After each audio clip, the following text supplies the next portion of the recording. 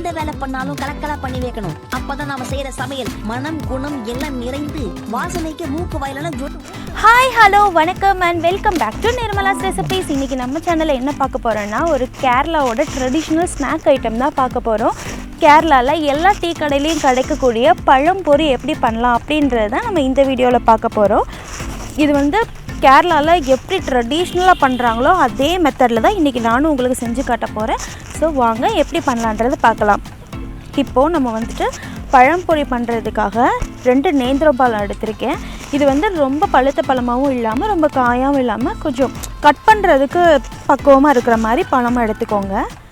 இதோட சைட்ஸ் மட்டும் ஃபஸ்ட் நம்ம கட் பண்ணிக்கலாம். அப்போ தான் கரெக்டாக அந்த ஷேப்பில் நம்ம கட் பண்ணி எடுக்க முடியும். நம்ம வாழைக்காய் பஜ்ஜி பண்ணும்போது சைட்ஸ் கட் பண்ணுவோம்ல, அதை மாதிரி கட் பண்ணி எடுத்துக்கலாம். எடுத்துகிட்டு இப்போ நல்லா தொலியை உரித்து எடுத்து வச்சுக்கலாம்.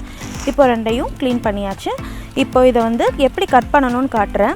நம்ம பஜ்ஜிக்கு செய்கிற மாதிரி 3 தின் ஸ்லைஸாக கட் பண்ணாமல் கொஞ்சம் பெரிய சைஸாக கட் பண்ணணும். கொஞ்சம் ஸ்லோவாக கட் பண்ணிக்கோங்க.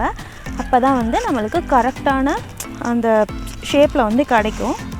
இப்போது கட் பண்ணியாச்சு. இது மாதிரி 2 பழத்தையும் நம்ம கட் பண்ணி எடுத்துக்கணும். நீங்கள் வந்துட்டு வீடியோவை ஸ்கிப் பண்ணாமல் பாருங்கள். அப்போ தான் நம்ம என்னென்ன ப்ரொசீஜரில் பண்ணுறோன்றது தெரியும். இது வந்து அப்படியே கேரளாவில் ட்ரெடிஷ்னலாக எப்படி பண்ணுறாங்களோ சேம் மெத்தடில் தான் இன்றைக்கி நானும் உங்களுக்கு செஞ்சு காமிக்க போகிறேன். ஸோ வீடியோவை ஸ்கிப் பண்ணாமல் பாருங்கள். இப்போ நம்ம வந்துட்டு இந்த மாதிரி கட் பண்ணி எடுத்துக்கலாம். இதை வந்து நீங்கள் வந்து இவ்வளோ நீளமாக வேண்டாம் அப்படின்னா கூட பாதியை கூட கட் பண்ணிக்கலாம். பட் கேரளாவில் கிடைக்கிற டீ கடையில் எல்லாமே இதே மாதிரி சைஸில் இதே மாதிரி லென்ஸில் தான் பண்ணியிருப்பாங்க. ஸோ அதனால நான் அதே மாதிரி தான் உங்களுக்கு இன்றைக்கி செஞ்சு காட்ட போகிறேன்.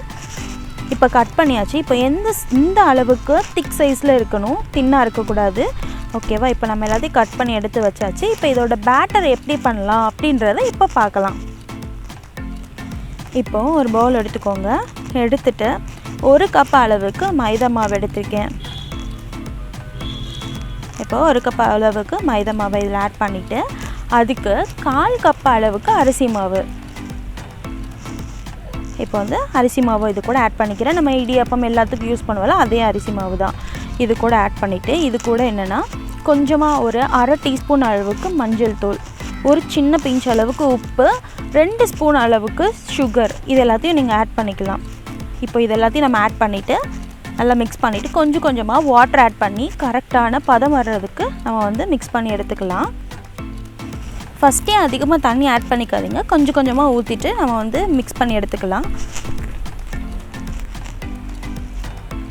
இது கூட வந்து கொஞ்சமாக அவங்க வந்து சோடாப் ஆட் பண்ணுவாங்க. நான் வந்து கொஞ்சமாக ஒரு 1/4 சிட்டிக்கால் கொஞ்சம் 1/4 ஸ்பூன் அளவுக்கு தான் வந்து சோடாப் ஆட் பண்ணுறேன். அது லாஸ்ட்டில் ஆட் பண்ணும்போது நான் காமிக்கிறேன்.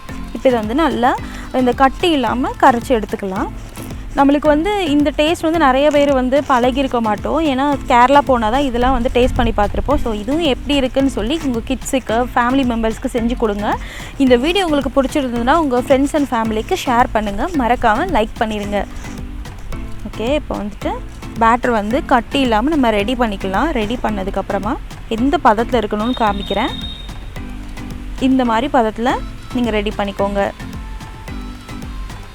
இப்போ பாருங்கள், ஒரு கொஞ்சமாக எப்படி சொல்கிறது, இந்த பிஞ்சுன்னு சொல்லுவாங்களே, ஒரு 2 பிஞ்ச் அளவுக்கு வந்துட்டு சோடா உப்பும் கருப்பு எள்ளும் ஆட் பண்ணியிருக்கேன். கருப்பு எள்ளை மட்டும் கொஞ்சம் கழுவி ஆட் பண்ணிக்கோங்க. கேரளாவில் வந்து எல்லா டீ கடையிலையும் ட்ரெடிஷ்னலாக பண்ணும்போது கண்டிப்பாக இந்த எள்ளு யூஸ் பண்ணுவாங்க. ஸோ நீங்களும் எள்ளு யூஸ் பண்ணிக்கோங்க. இதோட ஃப்ளேவர் வந்து நல்லாயிருக்கும். இப்போ வந்து பேட்டர் ரெடி ஆகிடுச்சு. இப்போ இதை வந்து ஒரு சைடில் வச்சிடலாம். இப்போது நம்ம ஃப்ரை பண்ணி எடுத்துக்கலாம். ஃப்ரை பண்ணுறதுக்கு கோகோனட் ஆயில் தான் யூஸ் பண்ணுங்கள். ஏன்னா கேரளாவில் ஃபுல்லாக கோகோனட் ஆயில் தான். அதில் நம்ம வந்து ஃப்ரை பண்ணால் தான் நம்மளுக்கு இன்னும் கொஞ்சம் நல்லா ஃப்ளேவர் கிடைக்கும். இப்போ வந்து ஆயில் வந்து ஒரு பேனில் ஊற்றி வச்சுருக்கேன். இது நல்லா ஹீட் ஆகட்டும். அதுக்குள்ளே நம்ம வந்துட்டு அந்த மாவில் வந்து இந்த பழத்தை வந்து நல்லா டிப் பண்ணிவிட்டு இதுக்குள்ளே போட்டுடலாம். இப்போ ஆயில் நல்லா ஹீட் ஆகிடுச்சு. மீடியம் ஹீட்டில் வச்சுக்கோங்க. ஓவராகவும் வைக்க வேண்டாம், சிம்லேயும் வைக்க வேண்டாம். இப்போ வந்து ஃபஸ்ட் நான் ஒரு 2 இதை மாவில் வந்து டிப் பண்ணி போட்டிருக்கேன். அது வந்து மீடியமாகவே இருக்கட்டும். அப்போ தான் உள்ளே இருக்கிற பழம் வந்து நல்லா வெந்திருக்கும். அது சாப்பிடும்போது நல்லா எப்படி சொல்கிறது, ஒரு மாதிரி க்ரீமியாக நல்லாயிருக்கும் சாப்பிட்றதுக்கு. நீங்கள் கண்டிப்பாக இதை ட்ரை பண்ணி பாருங்கள். இப்போ இன்னொன்று போட்டிருக்கேன். இதை கொஞ்சம் அப்பப்போ லைட்டாக திருப்பி விட்டுக்கோங்க. அப்போ தான் உள்ளே இருக்கிற பழம் நல்லா வேகும். இங்கே பாருங்கள், அப்போ கொஞ்சம் லைட்டாக திருப்பி விட்டதுக்கப்புறமா நம்ம எடுத்துடலாம். கொஞ்சம் குயிக்காகவே வெந்துடும், ஆனால் வந்து நீங்கள் கொஞ்சம் மீடியம் ஃப்ளேமில் வச்சு நல்லா வேக வச்சு எடுத்துக்கணும். இப்போ வந்து நம்மளோட பழம்பொரி ரெடி ஆகிடுச்சு.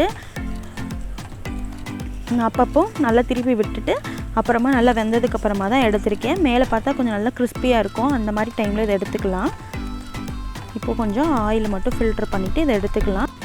நீங்கள் இப்போ தான் நம்ம சேனலை ஃபஸ்ட் டைம் பார்க்குறதா இருந்தால் சேனலை சப்ஸ்கிரைப் பண்ணிக்கோங்க. கூடவே பக்கத்தில் இருக்கிற பெல் ஐக்கானையும் கிளிக் பண்ணிக்கோங்க. அப்போ தான் நான் போடுற வீடியோட நோட்டிஃபிகேஷன் உங்களுக்கு உடனே கிடைக்கும். இப்போ ஒன்று எடுத்தாச்சு. இப்போ நெக்ஸ்ட்டையும் எடுத்துக்கலாம்.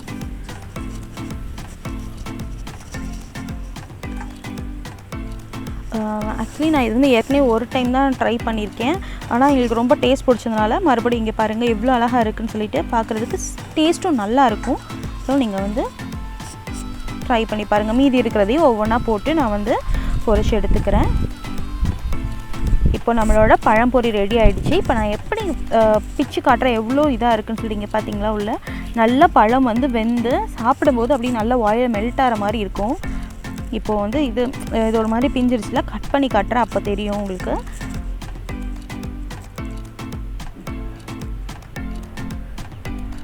ஓகே, இப்போ வந்து ஒரு நைஃப் வச்சு கட் பண்ணி காட்டுறேன்.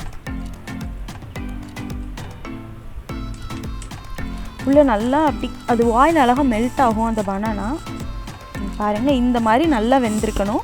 அவ்வளோதான், நம்மளோட பழம்பொரி ரெடி ஆகிடுச்சு. கண்டிப்பாக நீங்கள் எதுவும் உங்கள் வீட்டில் ட்ரை பண்ணி பாருங்கள். நீங்கள் இன்னும் நம்ம சேனலுக்கு சப்ஸ்கிரைப் பண்ணலன்னா சப்ஸ்கிரைப் பண்ணிக்கோங்க. கூடவே பக்கத்தில் இருக்கிற பெல் ஐக்கானையும் தட்டி விட்டுருங்க. தேங்க்யூ ஃபார் வாட்சிங்.